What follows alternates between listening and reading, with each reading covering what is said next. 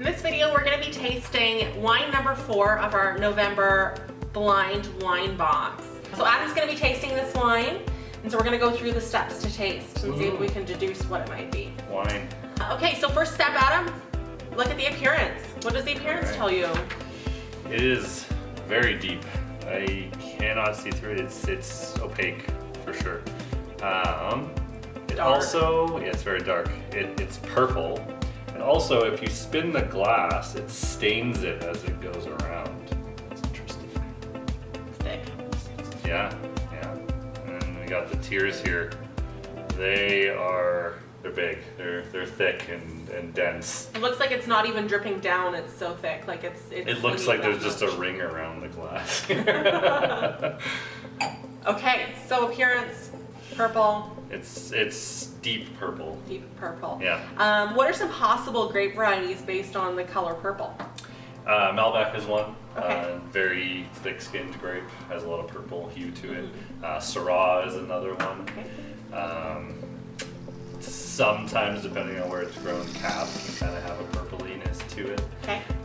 Yeah, those are the three that just first come to mind. Jump here. into your mind. Yeah. Okay. So that kind of thickness, the viscosity, what does that tell you about where it could come from? Usually it's hot climate. So we get some sun, the grapes protect themselves, UV, and then they create more skin, which equals more color, as well as more tannin generally. More sugar, right? And more sugar, which also equals more alcohol, which is, all those things are combined. So you're already guessing based on the appearance that this could be a higher alcohol wine. I'm thinking so. Yeah. Okay. Yeah. All right. So let's have an assessment of the aromatics. All right. Wow. There's a lot going on. It's going to be difficult to pick out individual things from this one. I think it's going to be a concentrating wine. Okay. Intellectual wine. Okay. Yeah. So is it fairly pronounced as far as the aromatics go? I would say so. Okay. Yeah. And how about the ripeness of the fruit? Juicy. Very juicy. So like you freshly squished plum. Like that's what it smells like. Like a ripe plum? Like a ripe red plum. Okay. Yeah. You bite into it and it like drips down your chin? Yes. Yeah. Yeah. A lot of time on the tree. For Okay. that one. Plum are on trees? I think Yes. they do. Okay. I think so. Yeah, definitely plum, blackberry, black raspberry, which is interesting. Is that a thing? It is a thing. Okay. Yeah. Sure. You ever had a black raspberry Slurpee? Oh, but that's not that. So black raspberry Slurpee is what it I don't think I have. I'm also getting some spices in here as well. So definitely evidence of oaking. Yeah, black pepper, a little bit of allspice maybe. Okay. Can't pull out the individual spices, but they're in there, that's for sure. Baking spices Yeah, is kind of a good way to generalize that. Yeah, I like allspice because it just has kind of a general. Pumpkin pie spice? I don't think so. No? No. October is long gone. Pumpkin pie, everything is dead. Okay. Yeah, so it's juicy, it has evidence of oak, it's thick, it's got a lot of color to it. So there's a lot going on in this wine so far. All right, you ready to taste? Always ready. Go for it. It's a lot lighter than I thought. Oh, is it? Yeah. Oh. Like, when you say lighter, what do you mean? Do you mean like the body of the wine? The body and the alcohol. I expected it to be creamy and big and hot from all the alcohol and sugar, but it's a lot lighter. It's a little bit thinner than I was thinking. It's also, the flavor profile is almost identical to the aroma. Like I can taste everything I was smelling, which is very interesting. How's the balance? It's good. I'm gonna go for another one, but I think this wine is very well balanced. I don't think that the alcohol or the acid or tannin, everything is kind of just. Nothing is forward. They're all kind of in line. No, exactly. Okay, so that's a good indication of quality and drinkability, I guess. So what do you think of the tannin level? Medium minus. It's almost low, which is interesting. For the color of that wine. For what we're getting out of the wine, it's very strange to me that it's, first impression is completely different from what it's going to taste like on the palate. Because you would think that something that's that deep in color is going to have more tannin because those are both in skins. Generally, yeah, okay. absolutely. So I I'm a little wonder. thrown off right now, but I wonder if there's any grape varieties that are known to have a very dark color skin or maybe a small size of berry that doesn't also have high tannin level in wine. oh, I'm sure there is. There's Okay. a couple. Yeah. Okay, okay. I actually And get a little bit of smokiness on the finish from this one, which is different. Okay, Yeah. we come from the oak. I would think so, yeah. And so, what do you think about the acidity? Very medium. Okay. I have a little bit of watering going on, but it's not Not like excessive. it's not like a waterfall. So what is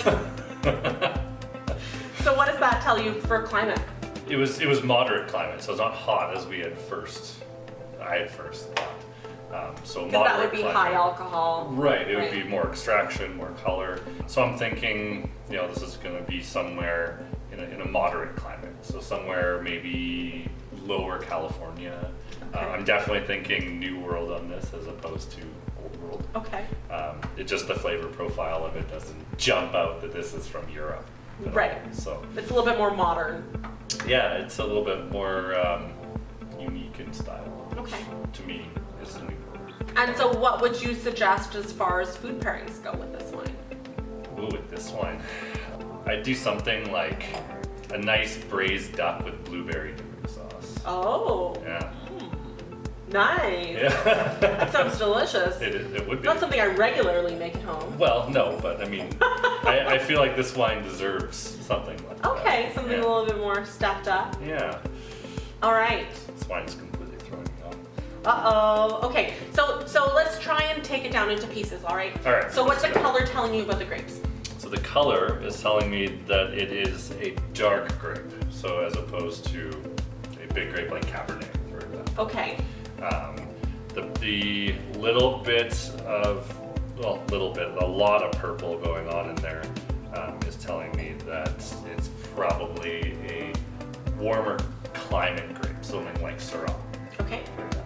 Sure. Because Syrah has that kind of purple texture to it. Right. Okay, so it has to do with the skins of the grape and it has to do with the weather. Mm-hmm. So the skin to juice ratio, whether it be thick skins or small berries, is greater than, for example, a Pinot Noir grape would be. I would think so. Okay. Yeah. Okay. Yeah, because Pinot is small, clustered, tight. Pinot, Pico. Well, thin skins as well. Yeah. Yeah. Yeah, definitely not thin skin on this. Okay. So what do the aromatics tell you, as far as region goes, grape variety goes, as far as climate goes? Spicy fruits, so moderate climate, not hot climate, You said oak as well. oaked, yeah. So So what can you eliminate? I can definitely eliminate Spain, Italy, France. That's gone. Okay. I don't think this is from Chile Okay. because I don't think it has that kind of characteristic green pepper kind of Okay. aroma to it. This is potentially Argentina. Could be. Okay. Right now, it could be Australia as well. In Okay. a cooler climate region of Australia. So the oak would contribute to that gas. Absolutely. This could also be from Canada. Okay. So that's kind of where I'm going here. I don't think this is from California. Okay. Usually stronger in boozier from the California range. Okay. And so finally, the palate. What was the palate telling you as far as alcohol, tannins? I think I can rule out Argentina. Okay. It doesn't have that kind of high altitude Mendoza feel to it. Right. I think this is a single varietal because it's just showing itself very well. There's no blend. It's not like there's chocolate and graphite and all this other thing. Mm-hmm. So generally when I think of that, I think of Canadian wine. I don't know why, it's just what I do. Okay. So right now my focus is on Australia. Okay. That's kind of where I'm at. I'm kind of thinking this is a moderate climate Australian Shiraz. Okay. Yeah. Well, let me grab the bottle. Yeah. So, you were close. Oh, it's close? Okay. You were close. So this is actually, it's from Lodi, California. Oh, no. Actually, I don't know, okay. is it Lodi? Hold on. It's from California. It is the McManus Petit Syrah It is Alright. from Lodi AVA. So Petit Syrah is a small berry, Yeah. right? So it's gonna have greater juice to skin ratio, Yeah. giving that depth of color. Absolutely, yeah. Right? It does have that kind of purpley tinge, so Adam was right on the right track there. He just didn't quite hit the Petit Syrah. Yeah. And as far as alcohol goes, 13.5, so it's pretty moderate actually Yeah. for the region. I'm very surprised, actually. I've had this wine a number of times, and it's very different. I like to blind people on this wine Obviously, a lot. yeah, I can tell. So, I mean, a lot of your tasting notes were definitely correct. Maybe next time I pull this one out, you'll. I'm surprised though from Lodi, which is a very hot region, Yeah. right? So Yeah. that's very interesting to me. Yeah. Yeah. So, McManus Petit Syrah, I hope you guys had a good time tasting this month. And we're looking forward to picking 4 new wines for next month. If you don't already subscribe to the Blind Box, you can do so on our website. There's a fillable form, or you can give us a call or pop into the store and we can set up a subscription for you. Yeah, sounds great. Let's do this again next month. Yeah. All right. Cheers. All right. I don't have a glass.